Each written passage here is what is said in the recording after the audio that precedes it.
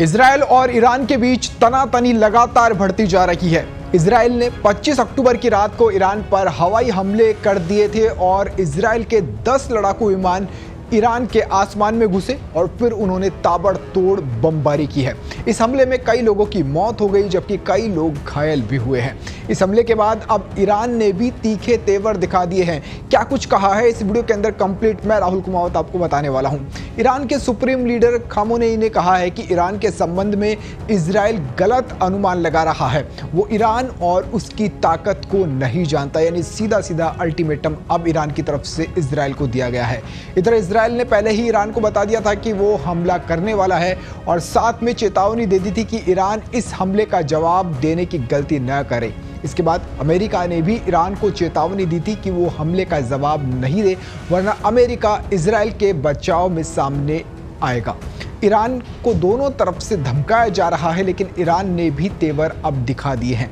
ईरानी उपराष्ट्रपति ने ताकत का दम भरा है और दुश्मन को कमजोर करने के इरादे भी दिखा दिए हैं।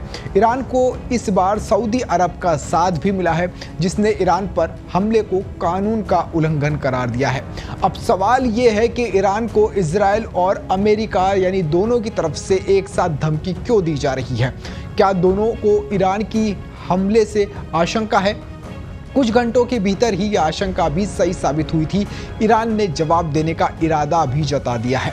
ईरानी सांसद और राष्ट्रीय सुरक्षा आयोग के सदस्य अहमद अंजाम ने इजरायली हमलों पर टिप्पणी करते हुए कहा कि हमें अपना बचाव करने का पूरा अधिकार है और ये सही समय पर जवाब भी दिया जाएगा। हालांकि एक प्रमुख सिद्धांत का पालन किया जाएगा, हम झिझक या जल्दबाजी में काम नहीं करेंगे।